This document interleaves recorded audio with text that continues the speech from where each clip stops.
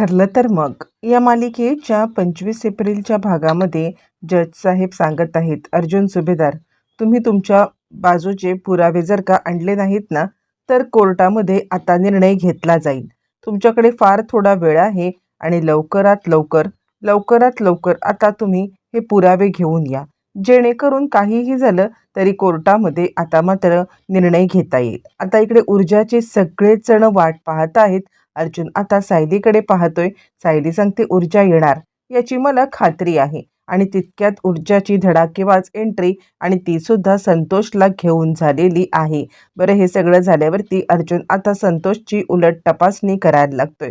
आणि त्यावेळेला ऊर्जा सांगते, या खुनाचा सगळ्यात मोठा आय विटनेस हा आता माझ्यासमोर आलेला आहे. आणि हा आय विटनेस आता अर्जुन सुभेदार यांच्या बाजूने साक्ष देणार आहे. असं म्हटल्यावरती मग आता इकडे संतोषला कोर्टात उभं केलं जातं आणि अर्जुन विचारायला लागतो, सांगा, तुम्ही त्या दिवशी प्रत्यक्षदर्शी खून होताना पाहिलेलं आहे, मग नक्की काय घडलं होतं, कसं घडलं होतं, असं म्हणत आता मात्र ते सगळं विचारलं जातं. बरं, हे सगळं विचारल्यावरती आता इकडे संतोष सांगायला लागतो, हो, मी प्रत्यक्षदर्शी हे सगळं पाहिलेलं आहे आणि मला माहिती आहे हा खून कुणी केलेला आहे. आणि त्याच वेळेला आता इकडे संतोष सांगायला लागतो, हा खून दुसरं तिसरं कुणीही केलेला नाहीये, तर हा खून मी केलेला आहे. प्रेक्षकांनो, हे आता वाक्य ऐकल्यावरती अर्जुनला जरा जास्तच धक्का बसलेला आहे. का का हा स्वतःवरती असा खुनाचा आरोप घेत आहे, असा तो विचार करत बसलाय. बरं, हे सगळं चालू असताना तोपर्यंत फ्लॅशबॅकमध्ये आपल्याला दाखवलं जातं की प्रियाने त्याची भेट घेतलेली आहे. प्रियाने भेट घेऊन त्याला आता धमकी दिलेली आहे. प्रियाने त्याला सांगितलंय, गपचूपपणे जर का आता हा आरोप स्वतःवरती घेतला नाहीस ना, तर तुझ्या बायकोचं ऑपरेशन चालू आहे ना, ऑपरेशन व्हायचं आहे ना, तुझ्या बायकोचं ऑपरेशन तर होणार नाही, पण आता तिचा जीव कसा जाईल ना, हे सगळं आता मी पाहणार आहे. आणि त्यामुळे लवकरात लवकर जर का तू या सगळ्यामध्ये हा आरोप स्वतःवरती घेतला नाहीस ना, तर मात्र गाठ माझ्याशी आहे, असं म्हणत प्रियाने त्याला आता चांगलंच ब्लॅकमेल केलेलं आहे. आणि त्यानंतर मग आता त्यामुळे संतोषने इकडे कोर्टामध्ये आपली साक्ष पलटलेली आहे. नालायक प्रिया या सगळ्यामध्ये आता मात्र स्वतःवरचा आरोप हे करण्यासाठी तिने आता संतोषला या सगळ्यात अडकवलंय. आणि त्यावरती अर्जुन म्हणतो, हे काय, तुम्ही का या सगळ्यामध्ये स्वतःवरती असा आरोप घेताय? काहीही गरज नाहीये. संतोष, खरंच कोण तुला ब्लॅकमेल करते? कुणी तुला ब्लॅकमेल करून या सगळ्यामध्ये अडकवतंय का? संतोष, बोल, असा गप्प बसू नको, असं म्हणत अर्जुनने त्याला आता या सगळ्यामध्ये विचारले. बरं, त्यावरती संतोष आता सांगायला लागतो, नाही, मला कुणीही ब्लॅकमेल केलेलं नाहीये. तुम्ही उगाचच या सगळ्यामध्ये मला आता भरीस पाडू नका, असं म्हटल्यावरती मग आता इकडे लगेचच जज साहेब सांगायला लागतात, की म्हणजे विरोधी वकील असतात ते उठतात आणि ते सांगायला लागतात, अर्जुन सुभेदार हे आता त्या पुराव्याला मॅन्युपुलेट करतायत. यावरती संतोष सांगतो, नाही, खरं सांगायचं तर आता माझा शांतावरती राग होता आणि त्यावेळेला माझा आता स्वतःवरचाच कंट्रोल गेला आणि त्यामुळे मी आता शांताचा जीव घेतला. तिच्यावरती वारवरती वार करतच गेलो. रागाच्या भरात मला कळलंच नाही की मी आता काय करतोय किंवा मी या सगळ्यामध्ये चुकतोय, हे मला समजलंच नाही. असं म्हटल्यावरती मग लगेचच आता इकडे सांगायला लागतात विरोधी वकील, की अर्जुन सुभेदार हे त्याला मॅन्युपुलेट करतायत आणि हे त्याला या सगळ्यामध्ये खरं बोलण्यासाठी भाग पाडत, म्हणजे खोटं बोलण्यासाठी भाग पाडत आहेत. आणि त्यावरती मग आता इकडे संतोष सांगतो, नाही, मी स्वतः कबूल करतोय की हा खून मीच केलेला आहे. आणि असं म्हटल्यावरती मग मात्र जज साहेब सांगतात की आरोपीने स्वतः खून मान्य केलेला आहे आणि त्याचबरोबर तसे पुरावे सुद्धा आता कोर्टामध्ये हजर झालेले आहेत. आणि त्यामुळे अर्जुन सुभेदार हे निर्दोष आहेत, हे मात्र कोर्टामध्ये सिद्ध झालेलं आहे. कोर्ट अर्जुन सुभेदार यांची आता निर्दोष मुक्तता करत संतोषला फाशीची शिक्षा सुनावत आहे. असं म्हणत डायरेक्ट संतोषला शिक्षा सुनावून अर्जुनची जरी सुटका झाली असली तरी अर्जुनला हे नको असतो. स्वतः निर्दोष आहोत हे सिद्ध करण्यासाठी अर्जुनला संतोषचा बळी द्यायचा नसतो. खरं तर प्रियाने हे सगळं केलंय, पण संतोष हे बोलत नाहीये, याचा काहीतरी म्हणजे काहीतरी याला आता प्रमाण असणार आहे किंवा हे सगळं का करतोय तो, हे जाणून घेण्यासाठी आता मात्र अर्जुनला थोडा वेळ हवा असतो. पण प्रियाने काय डबल गेम खेळलाय सायलीला काहीच कळत नाहीये आणि सायली या सगळ्यामध्ये विचारच करत बसलेली आहे. बरं प्रेक्षकांनो, हे सगळं चालू असताना मग आता अर्जुनला कोर्टामधून जरी सोडलं असलं तरी सुद्धा अजून प्रियाची वेळ भरलेली नाहीये. प्रिया आता सांगायला लागते, खरंच अर्जुन, तुला आता कोर्टाने निर्दोष सिद्ध केलं, मला इतका इतका आनंद झालाय म्हणून आता मी तुला सांगू, असं म्हणत मग आता ती इकडे अर्जुनच्या समोर येऊन उभी राहिलेली आहे. पण तिची नाटकं सगळी अर्जुनला माहिती आहेत. आणि त्यानंतर सायली सांगायला लागते, खरंच ऊर्जा, तुझे किती आणि कसे आभार मानू, मला खरंच काही कळायला मार्ग नाहीये. असं म्हटल्यावर ती मग आता लगेचच ऊर्जा सांगते, सायली ताई, अगं काय बोलतेस, मी जे काही केलं ना ते माझं कर्तव्य होतं. असं म्हटल्यावरती मग आता संतोषला पोलीस घेऊन चाललेले आहेत. ज्या वेळेला संतोषला पोलीस घेऊन चालले त्यावेळेला अर्जुन त्याला थांबवतोय. अर्जुन त्याला थांबवून सांगतोय, तुझी काय मजबुरी आहे मला खरंच काही माहीत नाहीये. तू हे सगळं कोणत्या मजबुरीच्या खातर केलंस हे सुद्धा मला काही माहीत नाहीये. पण ठीक आहे, तू आता जे काही बोलतोयस ना त्यामध्ये तथ्य नाहीये हे सुद्धा कळतंय. पण आता हे का करतोयस, कसं करतोयस, यावरती संतोष काही बोलत नाहीये. आणि तो सांगतो, मी खोटं का बोलू, मी खरंच खून केलेला आहे आणि त्याच खुनाचा आरोप आता मी माझ्यावरती घेतलाय. तुम्ही उगाचच या सगळ्यामध्ये मला आता भरीस पाडू नका खोटं बोलण्यासाठी. मी खरंच खून केलाय. असं म्हणत संतोष आता स्वतःवरतीच हा सगळा आरोप घेतोय. आणि संतोषने या सगळ्यामध्ये आता मात्र सायली अर्जुन यांना खोटं ठरवले. आणि त्यानंतर इन्स्पेक्टर साहेब संतोषला घेऊन आता आत निघून गेलेले आहेत. ज्या वेळेला संतोषला घेऊन आता पोलीस स्टेशनला चाललेत तोपर्यंत प्रिया आता समोर आले. आणि काय झालं, अर्जुन आणि सायली, माझ्यावरती आरोप करण्याचा जो काही प्रयत्न केला होता तो प्रयत्न फसला म्हणायचा ना. यावरती माझ्यावरती असे आरोप केलेत की मी आता या सगळ्यामध्ये अशी कशी दोषी किंवा काय. पण हे सगळं सगळं आता तुमचा आरोप फेल ठरणार आहे. कारण काहीही झालं तरी माझ्यापर्यंत तुम्ही पोहोचू शकतच नाही आहात, मला अडकवणार होतात. काय काय झालं काय, असं म्हटल्यावरती आता तिकडे ऊर्जा येते आणि ऊर्जा खाटकन प्रियाच्या थोबाडीत देत आता ऊर्जा सांगायला लागते, हे बघ, तुला असं वाटत असेल की तू आता अर्जुन दादा आणि सायलीताई यांना त्रास देऊ शकशील, पण त्यांच्या पाठीशी आम्ही आता खंबीरपणे उभे आहोत. त्यामुळे एक गोष्ट लक्षात ठेव, काहीही झालं तरी सुद्धा या सगळ्यामध्ये आता मात्र तुला तुला शिक्षा जोपर्यंत होत नाहीये ना तोपर्यंत आम्ही आता तुला हे करणार नाही, सोडणार नाही आहोत प्रिया. असं म्हटल्यावरती सायली म्हणते, काय तुला काय वाटलं की तू मला एकटीला पाडशील आणि एकटीला पाडून आता तू या सगळ्यामध्ये मला आता हे करशील. पण एक गोष्ट लक्षात ठेव, तू काहीही केलंस ना तरी सुद्धा तू मला ब्लॅकमेल करू शकत नाहीयेस. कारण माझी एक मैत्रीण आली तर तुझे 3-13 वाजलेत, अजून माझ्या 12 मैत्रिणी बाकी आहेत. त्या ज्या वेळेला समोर येतील ना त्यावेळेला काय होईल ना प्रिया, हे आता तुला समजणार पण नाहीये. असं म्हणत इकडे आता खूपच मोठा गहजब केलेला आहे आणि आता चांगलंच प्रियाला धमकी दिली.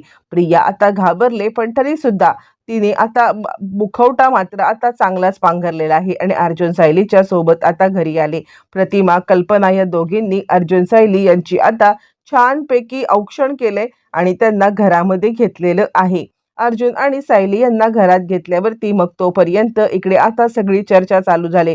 कल्पना म्हणते, देवाचीच कृपा, खरं तर तुला कोर्टामध्ये केस लढताना याच्या आधी सुद्धा आम्ही पाहिलेलं आहे. पण खरं सांगायचं तर अर्जुन, तुला कोर्टात केस लढताना पाहणं आणि तुझ्या स्वतःवरती आरोप येऊन मग केस लढणं हे आता किती भयानक आहे ही गोष्ट मला चांगलीच माहिती आहे. असं म्हटल्यावरती मग आता लगेचच प्रताप सांगायला लागतो, खरंच रे, म्हणजे मी कितीही हे केलं ना तरी तुला आरोपीच्या पिंजऱ्यामध्ये बघणं हे मला अजिबात हे नव्हतं. आणि त्याचवरती मग आता इकडे सांगायला लागतो, अर्जुन, खरंच आहे, मी आत्तापर्यंत अनेक केस लढलो. जरी केस मी लढलो असलो ना तरी सुद्धा या सगळ्यामध्ये आजचं जे काही ही केस होती ना ती माझ्यासाठी महाभयंकर होती, असं आता तो म्हणायला लागतो. आणि त्यानंतर तो सांगतो, हा अनुभव सुद्धा आता महाभयंकर होता.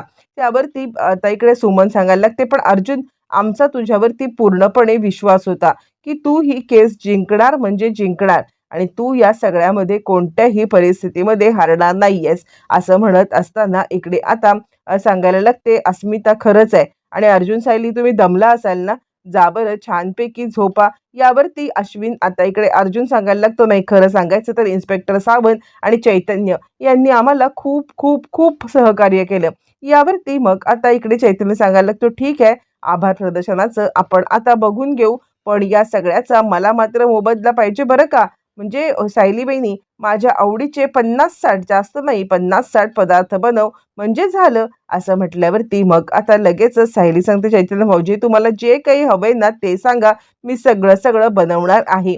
असं म्हणत असताना इकडे आता अश्विन सांगायला लागतो, दादा हे बघ काय आहे. असं म्हटल्यावरती मग आता ब्रेकिंग न्यूज अर्जुन सुभेदार यांची निर्दोष मुक्तता, त्यांना अडकवण्याचा प्रयत्न फेल, अशी आता अर्जुनच्या कौतुकास्पद इकडे मीडियामध्ये बातम्या यायला लागतात. आणि त्यावरती मग आता इकडे कल्पना म्हणायला लागते, खरं सांगायचं तर आता ज्या वेळेला अर्जुन जेलमध्ये होता तेव्हा हेच मीडियावाले त्याच्यावरती चिखलफेक करत होते.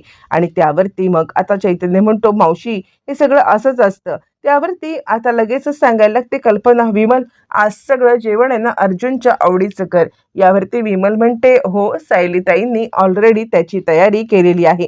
त्यावरती विमल म्हणते, खरंच चौफेर मग घरामध्ये लक्ष कसं असावं ना हे सायलीताईंकडून शिकावं. कल्पना म्हणते, हो तर सायलीचं लक्ष सगळीकडे असतं.